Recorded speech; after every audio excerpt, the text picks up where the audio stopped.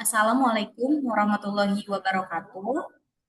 Kami dari kelompok 8 akan mempresentasikan materi yang berjudul Rekomendasi Penetapan Harga Jual Kamar Hotel pada Musim Liburan menggunakan metode AHP dan Fazi Mamdani. Next.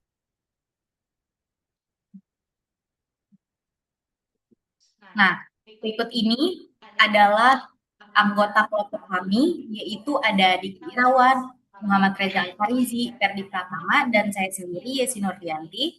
Kami akan menjelaskan bagaimana metode AHP dan Fazi Mamdani digunakan untuk menentukan harga kamar hotel secara dinamis. Next.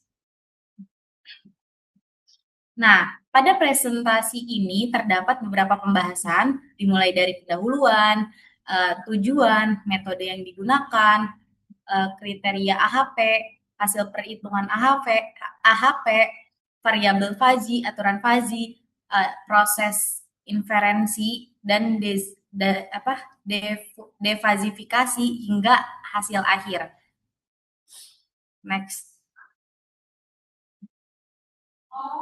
Nah, pada musim liburan, permintaan kamar hotel itu biasanya meningkat cukup tinggi. Karena itu, hotel perlu menentukan harga kamar yang tepat agar tetap mendapatkan keuntungan gitu.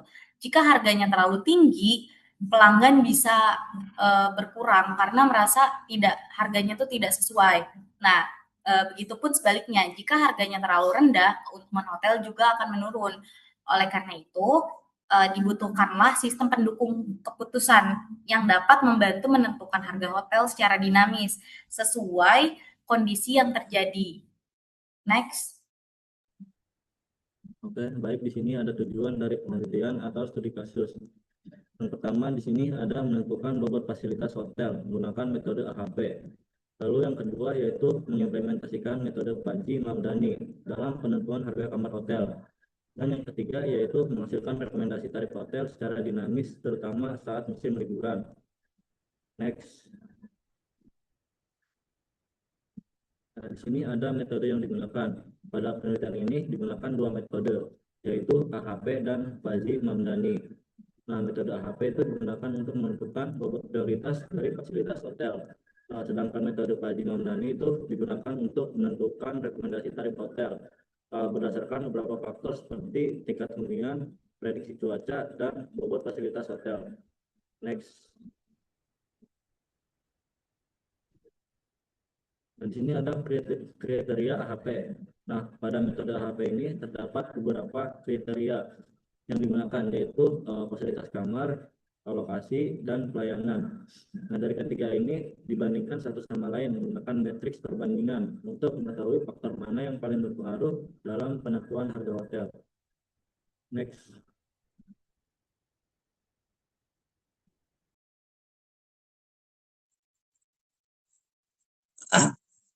Oke, di sini ada hasil perhitungan AHP. Berdasarkan hasil perhitungan AHP, diperoleh bobot prioritas sebagai berikut. Yang pertama ada fasilitas sebesar 0,539. Dan yang kedua lokasi sebesar 0,163. Dan yang ketiga pelayanan sebesar 0,297. Dari hasil tersebut, dapat disimpulkan bahwa fasilitas kamar menjadi faktor paling penting dalam menentukan harga hotel dibandingkan lokasi dan pelayanan. Next.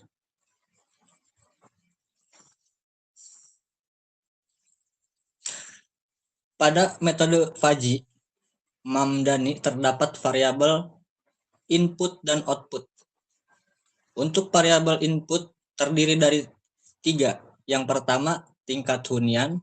Yang kedua, prediksi cuaca. Dan yang ketiga, bobot fasilitas. Sedangkan variabel output terdiri dari diskon, normal, dan surcharge tinggi.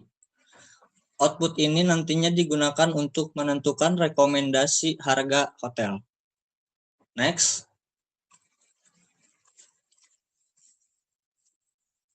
Dan selanjutnya, terdapat aturan Fazi atau rules yang digunakan dalam proses pengambilan keputusan. Contohnya, Jika hunian tinggi dan cuaca cerah, maka hasilnya surcharge tinggi. Dan jika hunian sedang dan cuaca cerah, maka tarif normal. Selanjutnya, jika hunian rendah dan cuaca buruk, maka diberikan diskon. Dan yang terakhir, dan jika hunian tinggi serta fasilitas tinggi, maka surcharge tinggi. Aturan-aturan ini menjadi dasar sistem dalam menentukan rekomendasi harga. Next. Baik, di sini saya akan melanjutkan proses inferensi. Pada proses inferensi ini digunakan data tingkat hunian sebesar 80%, cuaca cerah dan bobot fasilitas sebesar 0,539.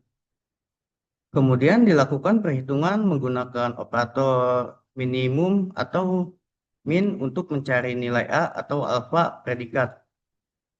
Hasilnya yang diperoleh yaitu alfa 1 sebesar 0,8 dan alfa 4 sebesar 0,7. Pada nilai ini menunjukkan tingkat keanggotaan pada aturan Fuji yang aktif.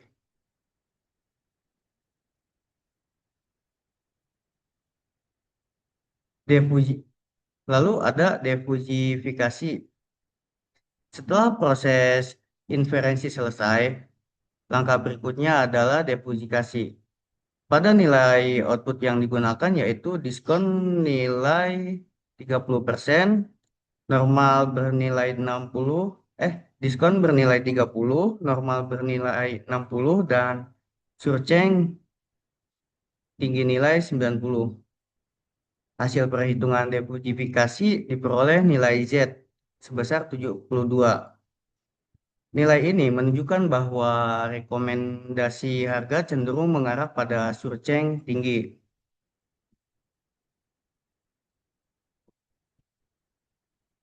Nah, di sini ada hasil akhir. Berdasarkan hasil perhitungan, sistem memberikan rekomendasi tarif hotel berupa surcharge tinggi. Hal ini disebabkan karena ada 3 faktor: tingkat hunian hotel tinggi, cuaca mendukung, dan fasilitas hotel dianggap unggul. Sehingga hotel dapat meningkatkan harga kamar untuk memperoleh keuntungan yang lebih optimal.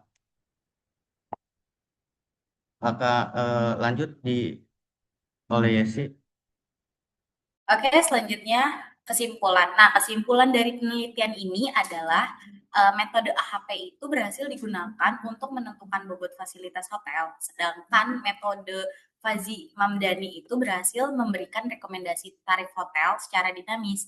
Dengan adanya sistem ini, pihak hotel itu dapat lebih mudah menentukan harga kamar, terutama pada saat musim liburan, biar sesuai kondisi gitu. Udah nih Pak, next.